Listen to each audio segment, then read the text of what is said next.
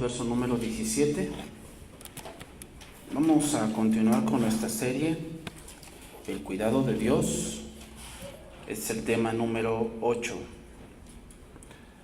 de esta serie. El tema de esta tarde se titula benevolencia. ¿Okay? Benevolencia.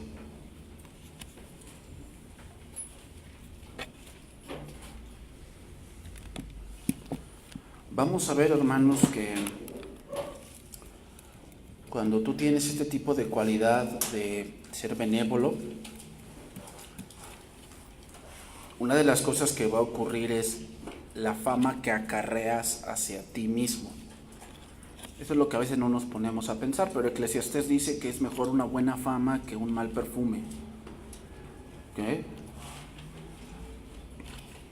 Y siempre la fama lo vas a hacer con las acciones que haces, ¿okay? Y principalmente hacia otras personas. Pueden decir muchas cosas de ti, la cuestión es que lo comprueben, ¿verdad? O sea, muchas cosas pues les puedes caer mal y dicen lo peor de ti, pero la cuestión es que lo comprueben. Pero recuerda que una acción dice más que 1000 palabras. ¿Okay? La acción dice más que 1000 palabras. Bien, vamos a empezar aquí. Ruth 2:17 dice ahí: espigó pues en el campo hasta la noche y desgranó lo que había recogido y fue como una efa de cebada. Y lo tomó y se fue a la ciudad, y su suegra vio lo que había recogido. Sacó también luego lo que había sobrado después de haber quedado saciada y le dio. Y le dijo su suegra: ¿dónde has espigado hoy? ¿Y dónde has trabajado? Bendito sea el que te ha reconocido. Y contó ella a su suegra con quien había trabajado, y dijo: el nombre del varón con quien hoy he trabajado es Booz. Y dijo Noemí a su suegra, a su nuera: sea el bendito de Jehová, pues que no ha rehusado a los vivos la benevolencia que tuvo para con los que han muerto. Después le dijo Noemí: nuestro pariente es aquel varón y uno de los que pueden redimirnos. Y Ruth la moabita dijo: además de esto me ha dicho: júntate con mis criadas hasta que hayan acabado toda mi siega. Y Noemí respondió a Ruth su nuera: mejor es, hija mía, que salgas con sus criadas y que no te encuentren en otro campo. Estuvo pues junto con las criadas de Booz espigando hasta que se acabó la siega de la cebada y la del trigo, y vivía con su suegra. Al caer la tarde, hermanos, la labor de Ruth se traducía en unos 20 kilos de grano. Los segadores habían cumplido con las instrucciones de Booz de dejarla que espigara, que dejaran caer más trigo, y además que la dejaran ir como si fuera una trabajadora más. Ruth regresa a su casa y Noemí mira asombrada la cantidad de cebada que sería suficiente para toda esa semana. Y entonces aquí vienen varias preguntas de Noemí hacia Ruth: el dónde había trabajado y cómo es que ella había alcanzado esa cantidad de grano. Primeramente voy a nombrar algunas cosas que se asemejan de Booz a las excelencias de Cristo. Voy a mencionar 5 cosas que se asemejan aquí. Número 1. Booz era un hombre de grandes riquezas.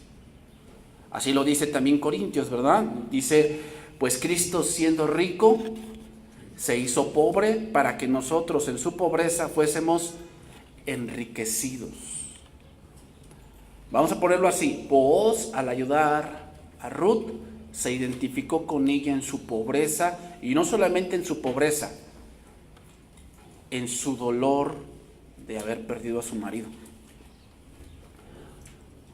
En eso se asemeja Booz a Cristo.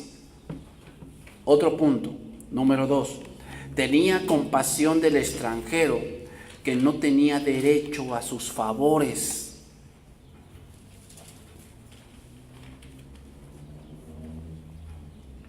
Como extranjera, hermanos, Ruth tenía derecho a ¿qué?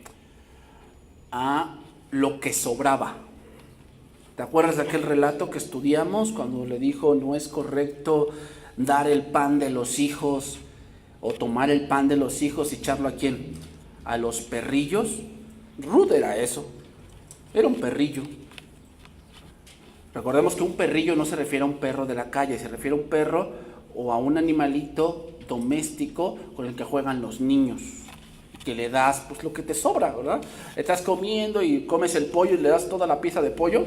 No, le das lo que sobra, se lo das al perro. Y el perro pues se conforma, o sea, él no te dice, ay, ¿por qué no tiene carne? No te pregunta eso, él se conforma con lo que tú le das, ¿verdad?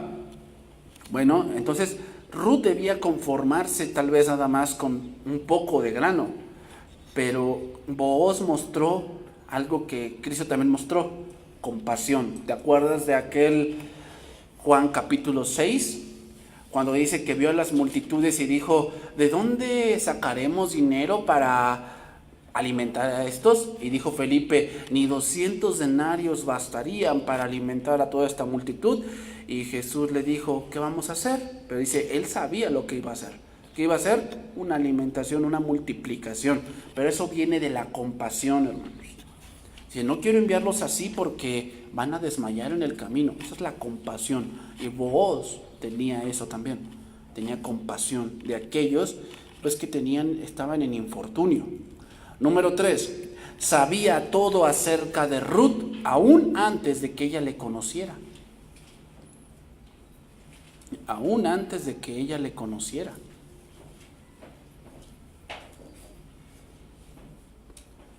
Eso también hace Cristo. Cristo también sabe todo de nosotros, aún cuando nosotros ¿qué? Y le conocemos. Y Él sabe todo de nosotros, nuestros temores, nuestras aflicciones, nuestro trabajo, nuestras debilidades, nuestros errores, lo sabe.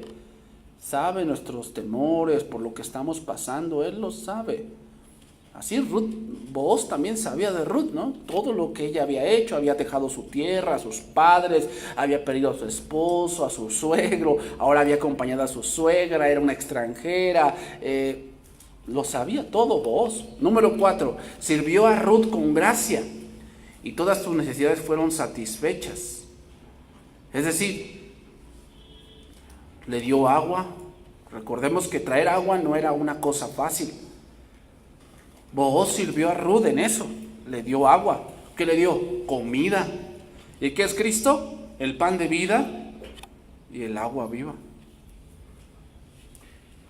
Es decir, Booz se preocupó por las necesidades primarias de Ruth, que es comida y bebida, porque estaba trabajando bajo las inclemencias del sol y se preocupó por esas cosas pues que son primarias, ¿verdad? Número 5, le concedió protección y prosperidad para el futuro. Ahorita lo vamos a entender eso, hermanos, pero quiere decir que al decirle que podía quedar en el campo hasta el tiempo de la trilla, significa que iba a tener que comer para todo el año. Eso significa. Entonces imagínate lo que hace el Señor. El Señor no solamente nos da a veces comida para un día, a veces nos da para toda una semana. O sea, porque Dios hace sobreabundar muchas cosas. Así es Cristo. Entonces estas cosas son como cosas que tenía Booz, que nos reflejan el carácter de alguien redentor, hermanos. Esas cosas y muchas más nos mostró Cristo al pagar nuestro rescate. Ahora vamos a definir qué es benevolencia. ¿Qué es benevolencia? Bueno, benevolencia está asociada a la bondad. Es alguien que hace cosas buenas. Bueno, un sujeto benevolente es aquel que tiende a hacer el bien. Esto quiere decir que realiza lo moralmente o éticamente correcto. Eso es alguien benevolente. Que muestra empatía por el prójimo. Es decir, que ve una necesidad de un prójimo, sea quien sea, y trata de ayudarle, porque es benevolente. ¿Okay? Aquí no estamos hablando de si te cae bien o no. Él tiene esa parte de ser benevolente. ¿Okay? Y al ser benevolente, la persona desarrolla tareas solidarias. ¿Okay? Es decir, ayuda a quienes lo necesitan y se muestra afectuoso. Esa persona que es benevolente. Recuerden que la benevolencia que está asociada a la bondad es un fruto del Espíritu. Entonces, muchas veces Cristo mostró esto con aquellos que lo necesitaban. Vamos a ver un ejemplo, Lucas 13:10. Vamos a ver un ejemplo de esto, de la benevolencia de Cristo.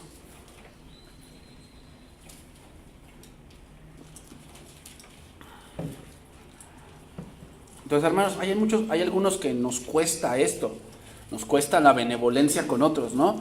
Como lo dijo Cristo, si haces bien a los que te lo pueden dar o a los que te caen bien, ¿qué de bueno haces? ¿No hacen así también los de allá? ¿No hacen así también los narcos? ¿No son benevolentes con sus familias, con sus hijos, hasta con sus amantes? ¿Son benevolentes? O sea, a veces nos cuesta. Hay unos que no les cuesta tanto, les gusta dar, les gusta pues sufragar alguna necesidad que ellos ven. Pero hay otros que sí les cuesta, que de verdad les duele el codo y la mano y todo, ¿verdad? Y esa es una parte en la cual Dios debe trabajar en nosotros, hermanos. Debe trabajar, porque, hermanos, es por eso que vos, esa benevolencia, esa poca benevolencia que Él tuvo con alguien que estuvo en desgracia, yo creo que fue una de las partes que Dios no olvidó, para acordarse que de su estirpe no solamente vendría el Mesías, sino tomó a alguien que también era pobre, David. David, cuando llegó al trono, no era un hombre rico, era un hombre pobre, era el menor de todos, el que cuidaba a los borregos, y era descendencia de Booz. Y Dios no olvida, hermanos. Se habrán pasado muchos años, pero Dios no olvida. El hombre podrá olvidar, pero Dios no. Lucas 13:10. Enseñaba Jesús en una sinagoga en el día de reposo, y había ya una mujer que desde hacía 18 años tenía espíritu de enfermedad y andaba encorvada y en ninguna manera se podía enderezar. Cuando Jesús la vio, la llamó y le dijo: mujer, eres libre de tu enfermedad. Fíjate cómo le dijo: mujer, eres libre de tu enfermedad. Y puso las manos sobre ella, y ella se enderezó luego y glorificaba a Dios. Pero el principal de la sinagoga, enojado de que Jesús hubiese sanado en día de reposo, dijo a la gente: 6 días hay en que se debe trabajar. En estos pues venid y sed sanados, y no en día de reposo. Entonces el Señor le respondió y le dijo: hipócrita, cada uno de vosotros no desata en el día de reposo a su buey o a su asno del pesebre y lo lleva a beber. Y a esta hija de Abraham, que Satanás había atado 18 años, ¿no se le debía desatar de esta ligadura en el día de reposo? Era ilógico, ¿verdad? Era ilógico que era día de reposo y había aflicción. ¿No se supone que el día de reposo es para tener reposo? Se supondría así. Entonces esa mujer estaba azotada y este hombre le dice que debía permanecer en su azote en día de reposo. Dice: al decir estas cosas se avergonzaban todos los adversarios, pero todo el pueblo se regocijaba por todas las cosas gloriosas hechas por él. Mira, veamos el paralelo entre la ley y la gracia. Este es el paralelo entre la ley y la gracia. La gracia de Jesucristo trae regocijo, trae alabanza. En los campos de Booz es la gracia de Dios. Donde, hermanos, el pecador va a buscar un alivio a un problema que tiene, pero Dios le da un alivio para la eternidad.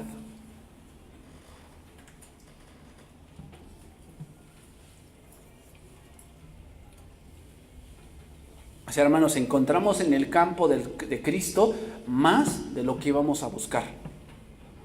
A lo mejor tú ibas por un problema familiar y Dios muchas veces te da mucho más que esa solución. Y obviamente te da más. La salvación es mucho más que una familia, es mucho más. Obviamente hablamos de la eternidad. La familia es solamente para este tiempo, O sea, el matrimonio es para este tiempo. No es para el cielo, esa es otra cosa. El matrimonio fue hecho para la tierra, para los seres humanos. ¿Ok? Entonces, el otro lado, aquí el fariseo es la ley. El fariseo es la ley, que trae hipocresía y trae peso a nuestros corazones. ¿Qué es la ley, hermanos?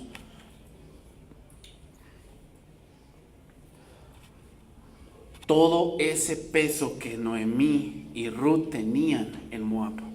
Eso es la ley.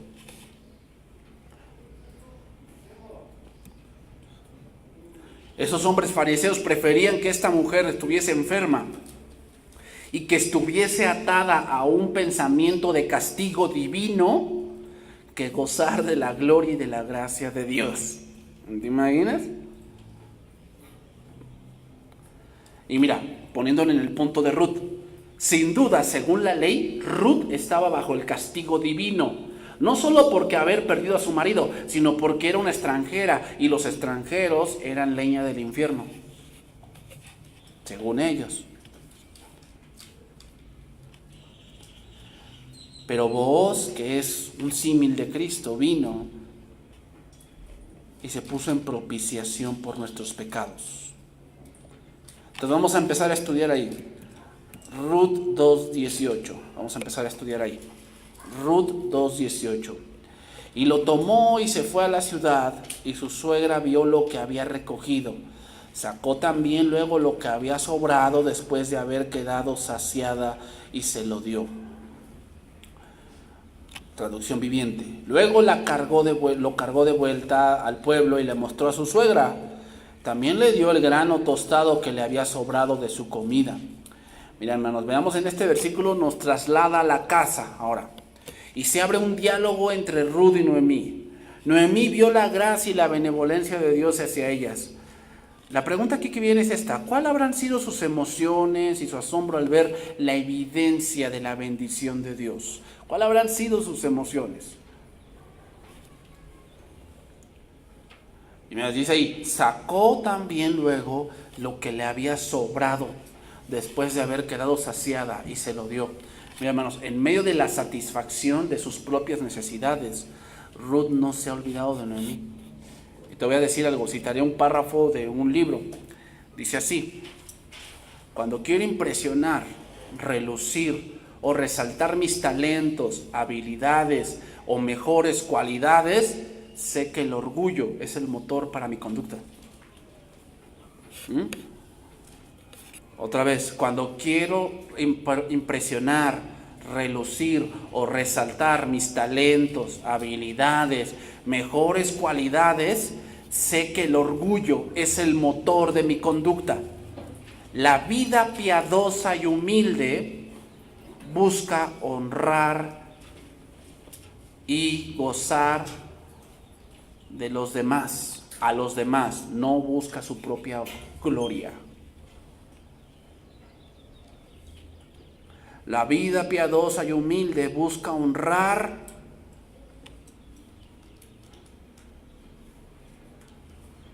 y hacer gozar de los demás, no busca su propia gloria. Hermanos, Ruth no busca su propia honra, sino que aún en su satisfacción se acuerda de su suegra. Hermanos, aquí vemos el significado de este verso. Anótalo, 1 Timoteo 6:6. Pero gran ganancia es la piedad acompañada de contentamiento, porque nada hemos traído a este mundo y sin duda nada podremos sacar. Así que teniendo sustento y abrigo, estemos contentos con esto.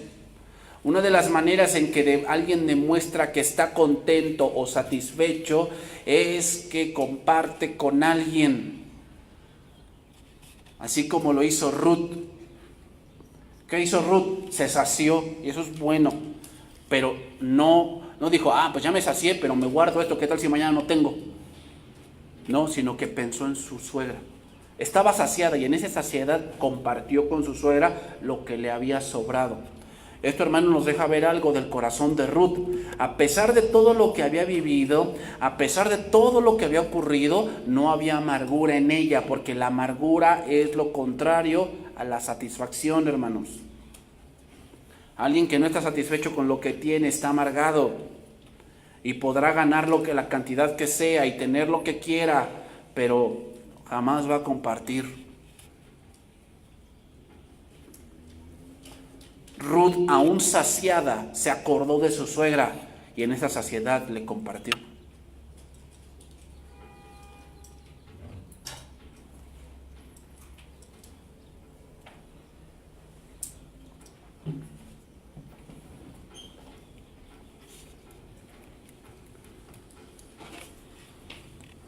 Versículo 19, empiezan las preguntas, ¿no? Noemí empieza a preguntar a su nuera, ¿cómo es que logró esa cantidad? 20 kilos de grano no es algo lógico, no es algo lógico. Es una cantidad que solamente la podría sacar alguien que pues tiene experiencia o tal vez es el dueño del campo, tal vez. Le dijo a su suegra, ¿dónde has espigado hoy? ¿Y dónde has trabajado? Bendito sea el que te ha reconocido. Traducción viviente. ¿Dónde recogiste todo este grano hoy? Preguntó Noemí. ¿Dónde trabajaste? Que el Señor bendiga al que te ayudó. Lo sabe que Ruth no pudo haber juntado esa cantidad. Lo sabe. Era una mujer experimentada, lo sabía. Que esa cantidad no era de ella sola. Alguien le tuvo que haber ayudado. ¿No? Pero fíjate bien, Ruth no se da cuenta de esto. ¿Ella qué sigue pensando? Que fue ella quien recogió todo eso. Y en verdad ella hizo el trabajo, pero no está viendo aún la mano de Booz ahí interviniendo, ¿no? Para que ella pudiese juntar todo ello. No se da cuenta de que es mucho para un día de trabajo. No se da cuenta de eso. Noemí lo sabe. Y sin embargo, Ruth se daba cuenta de ello. Dice sigue diciendo el versículo 19, y contó ella a su suegra con quien había trabajado. Y dijo, el nombre del varón con quien hoy he trabajado es Booz. Con toda inocencia, Ruth nombra a su benefactor. Es obvio que ella todavía no sabe quién es Booz, ni qué parentesco tiene con Noemí. Ella no lo sabe. Pero el escritor en esta hermosa historia se asegura que lo sepamos. Ahora, aquí en esta parte, hermanos, aquí hay una palabra que es interesante, la palabra reconocido.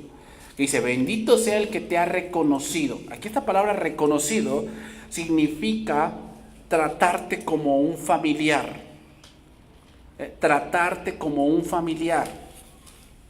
Significa preocuparse por, respetarte, hacer distinción.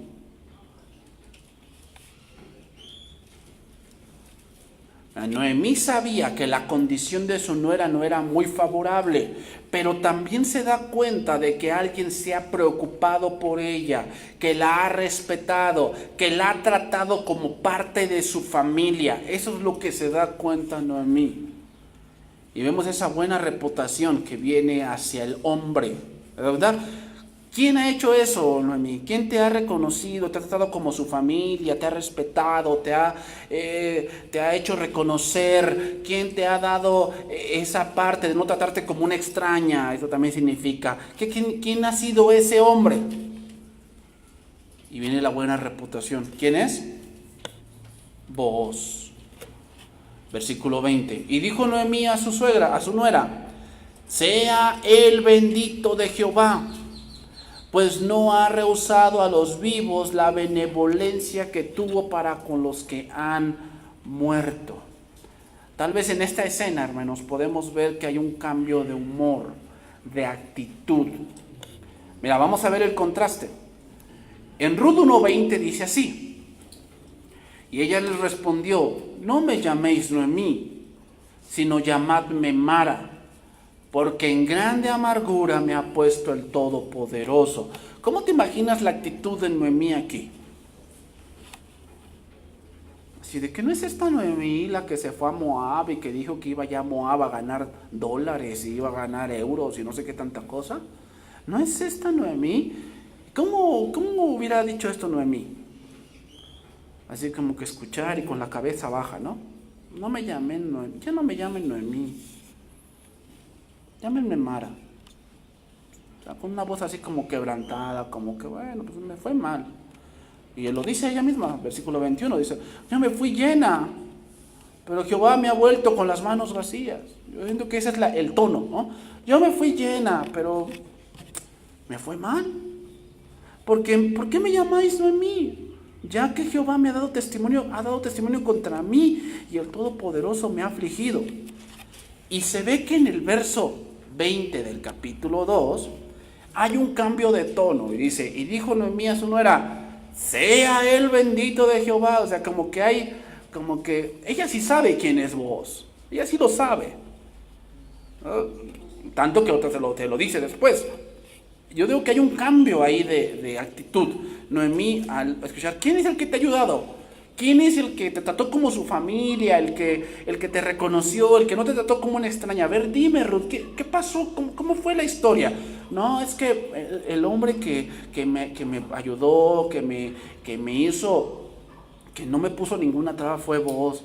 Entonces ella se pone a pensar. Y como que dentro de su mente ve un rayo de esperanza, ¿no? Y entonces dice, ese hombre debe ser bendito por Dios. Hermanos, aquí encontramos algo, y es que la benevolencia trae bendición.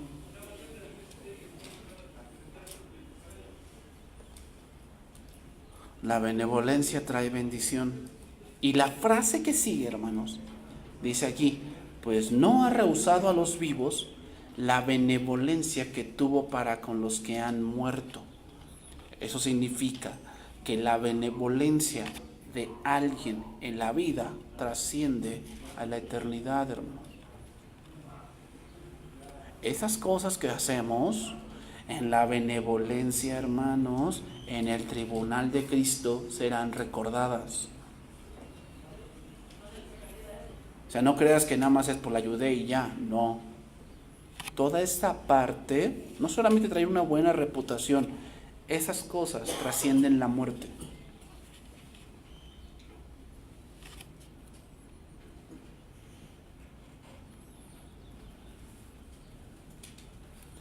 También aquí, hermanos, benevolencia se traduce como lealtad, misericordia o bondad. ¿Okay? Benevolencia aquí también se traduce como lealtad, misericordia o bondad.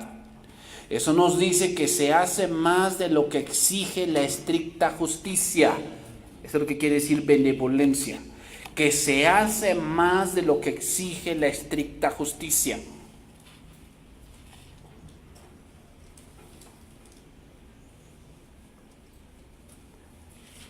A ver, vamos a recapitular la historia. ¿Qué esperaba Noemí en Belén? Nada, esperaba morir. ¿No es por eso que les dijo a sus nueras que se regresaran? ¿No les dijo que se regresaran? Que pues qué les esperaba en Belén. Ella iba a una tierra pues que donde ella nada más esperaba morir. Y ahora se da cuenta que en Belén ha encontrado lo que en Moab nunca encontró. Hermanos, en el mundo donde tú me digas, siempre se va a encontrar odio, envidias, malas sospechas, competencia, nadie da paso sin guarache, no, yo no te doy el plátano por no tirar la cáscara, cosas así. En el mundo así es, ¿verdad? O sea, en el mundo para que alguien te ayude, bueno, o sea, está difícil. Pero con Dios no es así. Dios siempre va a mover corazones para que puedan tener benevolencia y Dios te dé más de lo que tú pensabas obtener. Hermanos, esto nos hace recordar un proverbio, El proverbio dice así, Proverbios 28:13. El que encubre sus pecados no prosperará, mas el que los confiesa y se aparta alcanzará misericordia. Traducción viviente. Los que encubren sus pecados no prosperarán, pero si los confiesan y los abandonan, recibirán misericordia. Noemí había abandonado Moab, donde ella pensaba que tendría mucho y tendría en abundancia, pero lo único que atrajo es pobreza, porque la mano del Altísimo estaba sobre ella, así lo dice ella, pero ahora estaba en Belén y había menos probabilidades de sobrevivir y tener alimento y de tener abundancia, pero Dios le demuestra que esto no es así y le muestra misericordia por cuanto se apartó de su pecado, hermanos. Entonces, muy importante, hay mucha gente que se da cuenta de su pecado, pero no se aparta.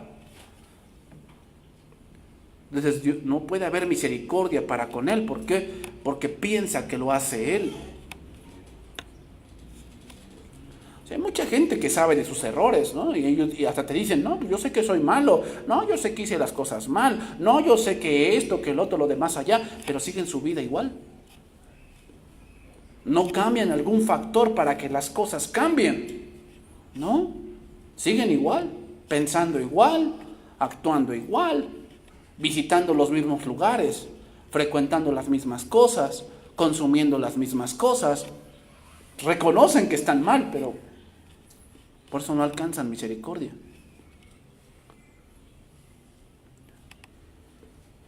Porque muchos pueden ver sus muertos, sin embargo no abandonar sus pecados. Tal vez Ruth y Noemí podían saber que en Moab no tenía nada y quedarse ahí, pero decidieron que abandonar ese lugar que solamente les había traído tristeza. Y ese es el punto de muchas personas. Muchas personas tienen tristeza donde se encuentran, sin embargo no lo abandonan. No abandonan el lugar de su tristeza.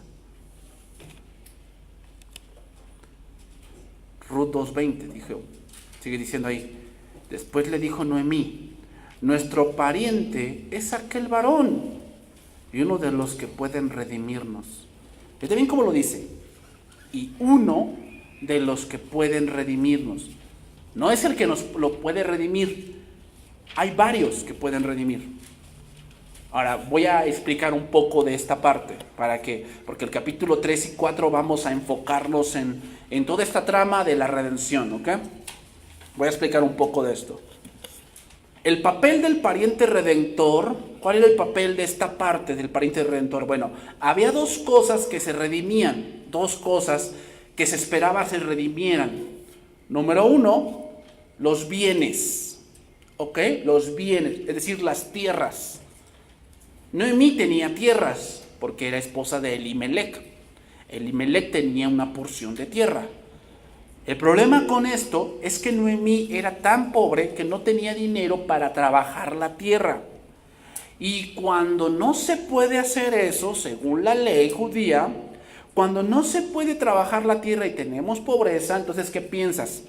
Vender, ¿verdad? Ahora, ¿a quién se la vendes? A un pariente cercano, y ahí viene la redención. Ahorita lo voy a explicar mejor.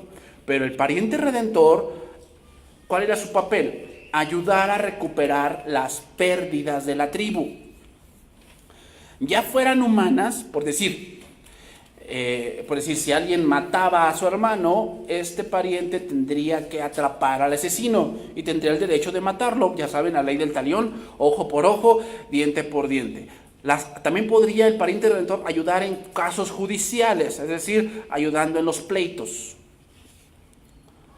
O en las cosas económicas, recobrando la propiedad de un miembro de la familia. ¿Ok? Voy a explicar un poco esto de las tierras. Cuando Jehová les heredó, y te voy a dar algunos versículos. Mira, dice Levítico capítulo 25, versículo 23. Te lo voy a leer para que entendamos un poco esto. Dice ahí, Levítico 25, 23. Estamos hablando de la ley de la redención, de aquel pariente redentor. Estoy hablando de eso. La tierra, dice ahí, no se venderá en perpetuidad, porque la tierra mía es, pues vosotros forasteros y extranjeros sois para conmigo. ¿Qué quiere decir?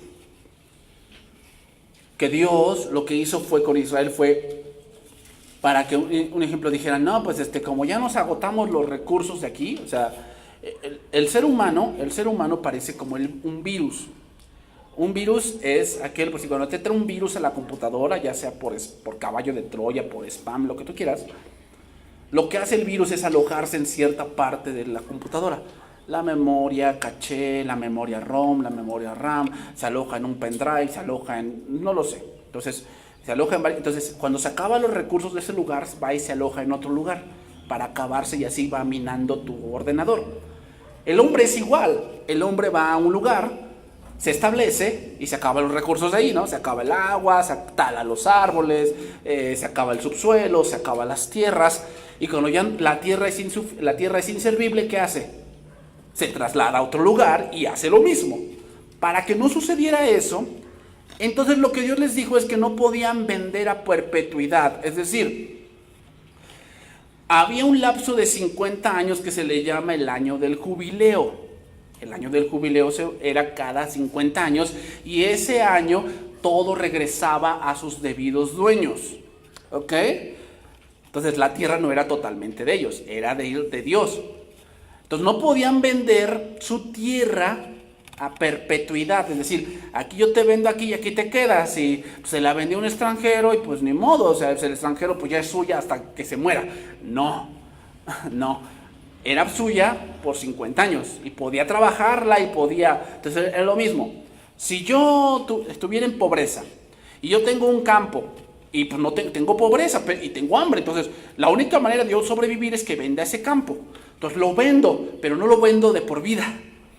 Lo puedo vender para que mi pariente cercano trabaje el campo y a los 50 años regresa conmigo. Eso quiere decir que no era a perpetuidad. Pero el que debía comprar eso era un pariente cercano. Y eso ahí entraba vos. ¿Ok? Entonces, Jehová les había dado la tierra en arrendamiento. Eso significa, a los israelitas no podían venderla. Y si hipotecaban una porción, lo que te acabo de explicar, de ella para pagar sus deudas, consideraban de mayor importancia que se recobrara la propiedad lo más pronto posible. De esta manera, la tierra permanecería dentro de la familia que recibió aquella tierra. La única manera en que se podía perder esa porción es que la familia desapareciera. Entonces lo que pasaba con esa porción de tierra es que se le quedaba al sacerdote. Eso era lo que podemos ver. Te voy a dar un ejemplo para que lo entiendas mejor. Primer libro de Reyes, capítulo 21, versículo 1. Aquí vemos al rey Acab, que quiere una viña, ¿no? Primer libro de Reyes, capítulo 21, versículo 1. Dice ahí: pasadas estas cosas, aconteció que Nabot de Jezreel tenía allí una viña junto al palacio de Acab, rey de Samaria. Es decir, pues la heredad de sus padres estaba allí y ahí tenía él una viña. Y Acab habló a Nabot diciendo: dame tu viña para un huerto de legumbres. Dijo el rey: yo quiero un huerto de legumbres, ¿verdad? Quiero un huerto de legumbres. Y a lo mejor él tenía una heredad, pero estaba hasta otro lado, ¿no? Entonces él quería una heredad junto a su palacio y la heredad era de Nabot. Y entonces le dijo: porque está cercana a mi casa. Le dice: está cercana a mi casa y yo te daré por ella otra viña mejor que esta, o si mejor te pareciere te pagaré su valor en dinero. ¿Cómo se sacaba ese valor? Bueno, se sacaba el valor de acuerdo a cuántos años del jubileo estamos. Por decir, si faltan 40 años para el jubileo, pues el costo era muy alto. Era muy alto porque faltaban muchos años para que me regreses mi propiedad. Pero si faltaban 2 años para el jubileo, o sea, en 2 años son 50 años y ya, entonces la cantidad era poca. O sea, valía muy, muy poco porque el jubileo estaba muy cerca. Entonces le dijo, y Nabot respondió a Acab, versículo 3, guárdeme Jehová de que yo te dé la heredad de mis padres. ¿Eso qué quiere decir? Esta heredad es de mis familiares, no solamente mía, era de mis abuelos, de mis tatarabuelos, de mis padres, es mía y es lo que le voy a dejar a mis hijos. Eso quiere decir, dice, y vino Acab a su casa triste y enojado por la palabra que Nabot de Jezreel le había respondido, diciendo, no te daré la heredad de mis padres. Y se acostó en su cama y volvió su rostro y no comió. No, ya no voy a entrar en esa parte, ¿ok? Entonces, retomamos el punto de Noemí. Después le dijo Noemí, nuestro pariente es aquel varón y uno de los que pueden redimirnos.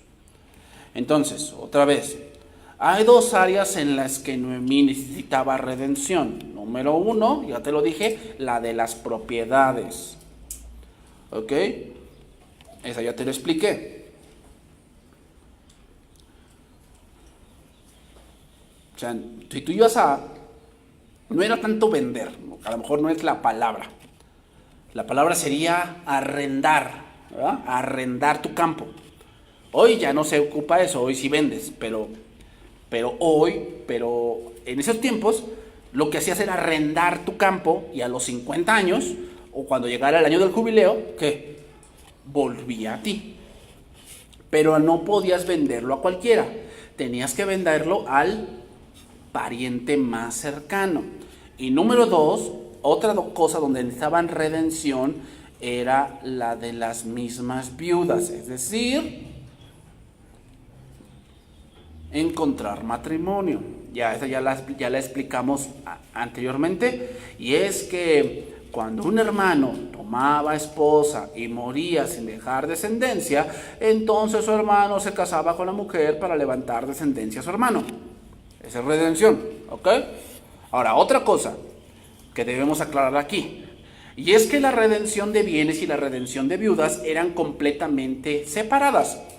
Con el tiempo se hicieron una sola. O sea, si tú ibas a redimir si era una viuda y estaba vendiendo su heredad y tú ibas a comprar la heredad, a fuerzas tienes que casarte con ella para redimir. En la ley son cosas separadas, ¿eh? En la ley podías redimir el campo y no casarte con ella. O sea, no me obliga la ley. Pero con el tiempo, eso se fue haciendo una sola cosa. Por eso, más adelante, Booz habla con un pariente redentor más cercano, que era el que le correspondía redimir. Le dijo, ¿vas a redimir la heredad de Noemí? Es decir, ¿vas a comprar la heredad de Noemí? No, sí la voy a comprar. O sea, sí, yo voy a ser el que voy a redimir, voy a comprar esa heredad y yo la voy a trabajar. Y entonces Booz le dice, bueno, cuando compres esa heredad, tendrás que casarte con Ruth, porque eran una sola cosa. En la ley era separado, pero con el tiempo se hicieron una sola cosa. Entonces por eso él dijo, cuando se enteró que tenía que casarse, él dijo, no, entonces no redime tú. No, que yo sí quiero redimir el campo, pero casarme, no. Por eso Noemí, cuando piensa en redención, también piensa en el matrimonio de Ruth. Entonces, hermanos, quiere decir que Noemí en ese tiempo, cuando Ruth está con ella, está vendiendo la heredad. Sí la está vendiendo. No se nombra ahí ahorita, pero sí está vendiendo el campo de Elimelec. ¿Por qué? Por la pobreza que tenían. Entonces, vámonos por la parte final. Ruth 2:21. Y Ruth la moabita dijo, además de esto me ha dicho, júntate con mis criadas hasta que hayan acabado toda mi siega. Ruth muestra aquí más la benevolencia de Booz, diciéndole a Noemí que no solo la ha dejado cegar en el campo, sino que la ha tratado como una de sus trabajadoras. Es decir, la generosidad de Booz no ha sido una cosa de un solo día, sino que se extiende hacia el futuro inmediato. Esto nos dice, hermanos, que Ruth y Noemí tenían garantizada la provisión de comida para ellas hasta el año siguiente. Fíjate nada más, hasta el año siguiente. No tendrían que preocuparse por la comida. Versículo 22. Y Noemí respondió a Ruth, su nuera, mejor es, hija mía, que salgas con sus criadas y que no te encuentren en otro campo. Dice en traducción viviente, excelente, exclamó Noemí. Haz lo que te dijo, hija mía, quédate con las jóvenes hasta que termine la cosecha. En otros campos podrían molestarte, pero con él estarás segura. Noemí le aconseja a Ruth que obedezca porque allí estará segura. Allí encontrará el sustento para ambas y que no desprecie la gracia de Dios que ha derramado hacia ellas a través de la benevolencia de Booz. Y terminamos, versículo 23. Estuvo pues junto con las criadas de Booz espigando hasta que se acabó la siega de la cebada y la del trigo, y vivía con su suegra. Ruth trabajó en los campos de Booz desde abril hasta junio, más o menos unos 3 meses. En el capítulo 1 empieza la cosecha. En el capítulo 1, Ruth y Noemí llegan a Belén cuando empezaba la cosecha. En el capítulo 2 termina con el final de la cosecha. Después de la cosecha viene el trillar. Entonces, ¿qué hizo Ruth cuando terminó esta labor? Estuvo en su casa. Estuvo en su casa con su suegra. Porque más que su suegra la consideraba su madre. Hermanos, trillar era labor de hombres. Pero aquí vemos, la benevolencia de Booz ha alejado el peligro del hambre. Por eso ya no tenía que salir más.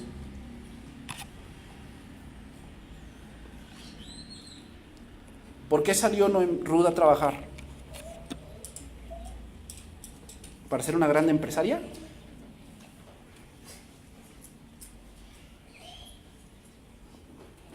¿Para que vean que ella sí puede igual que los hombres? ¿Para eso salió a trabajar? No. ¿Sabes por qué salió a trabajar? Porque había hambre. Pero ya que se ha alejado el hambre, ¿qué hizo Ruth? Estuvo en su casa. Esto nos dice algo, hermanos. Muchas veces, en un matrimonio, la mujer quiere salir a trabajar porque, pues, ¿para qué estudié tanto? ¿Verdad? ¿Para qué me quemé tanto las pestañas? Está bien. Pero la Biblia nos marca aquí bien certeramente que la mujer sale a trabajar cuando hay hambre. Cuando tal vez no es suficiente. No cuando no tienes lo que quieres, ¿eh? Una cosa es tener hambre y otra cosa es tener hambre de poder. Son cosas distintas. Y muchas veces las mujeres salen a trabajar por hambre de poder. Tienen todo lo necesario, pero quieren más. Y para ese más, tienen que salir al mundo. Y en un punto dado, hermanos, se ponen en peligro. Se ponen en peligro.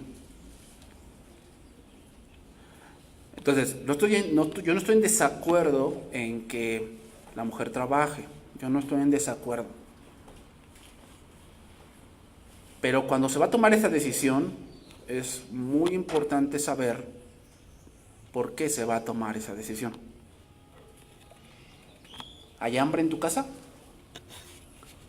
O sea, ¿de verdad no alcanza? No alcanza, tal vez tu esposo está enfermo. Y eso produce pobreza, sí. Pero no, es que pues yo quiero zapatos de 3,000 y él nada más le alcanzan de 1,000. Y por eso me voy a ir a trabajar para que me alcance. Tu motivo es muy egoísta. Y eso vas a encontrar tristeza al final de ese camino. Vas a encontrar tristeza. Muchos de los divorcios que ocurren, hermanos, muchos de los divorcios que ocurren es por eso. ¿Estamos de acuerdo que en el matrimonio hay problemas? Sí, hay problemas. ¿Verdad que sí? El que diga que no, pues no sabe todavía. Pero sí, hay problemas. Donde hay humanos hay problemas, hermanos, Donde hay humanos hay problemas. Entonces, pues la mujer, como es más sentimental, trae un problema. Viene de su casa con problemas y pues no se habla con su marido. ¿Con quién crees que se va a refugiar?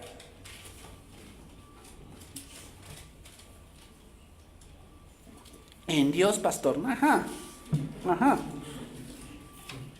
Se refugia en el jefe que le está tirando la onda hace 10 meses. Ahí se va a refugiar. Y entonces en ese momento, como está débil, piensa, este hombre sí me entiende. No que el rinoceronte de mi marido Ese no me entiende. Nada más en un problema. No sabes quién es él. Pero como estás débil, piensa que sí te entiende. Y que es mejor que el rinoceronte que te escogiste.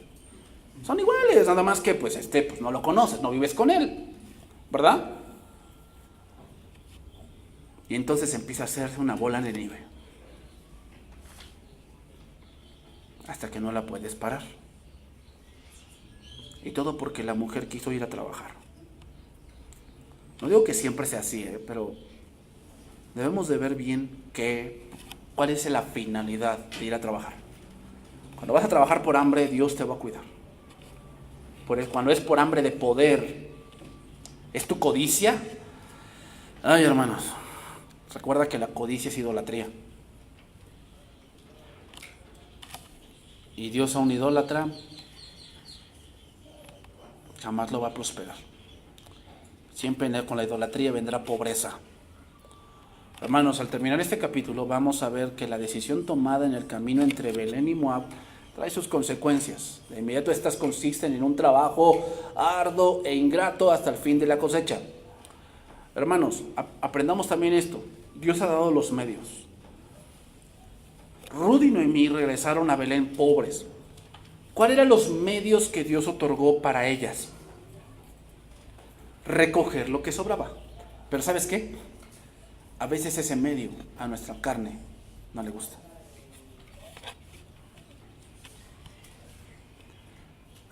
A nuestra carne no nos gusta. A veces la humillación, el que no me traten como lo que yo pienso que soy, ¿verdad? A veces no debemos ser personas destacadas en la historia de su pueblo, pero debemos ser personas que reflejen la justicia y la fidelidad de Dios. Termino con esto. Ruth se caracteriza por ser como una compañera diligente para Noemí, disciplinada, discreta en sus relaciones sociales, humilde en su evaluación de sí misma y constante en su preocupación por su suegra. Booz se caracteriza por pequeños actos de consideración. Da instrucciones a sus segadores, deja espigas a propósito, la invita a comer, le da palabras de consolación, ora por ella. Hermanos, la existencia de este capítulo demuestra hasta qué punto la excelencia y el desinterés de las relaciones humanas cotidianas son la importancia para Dios.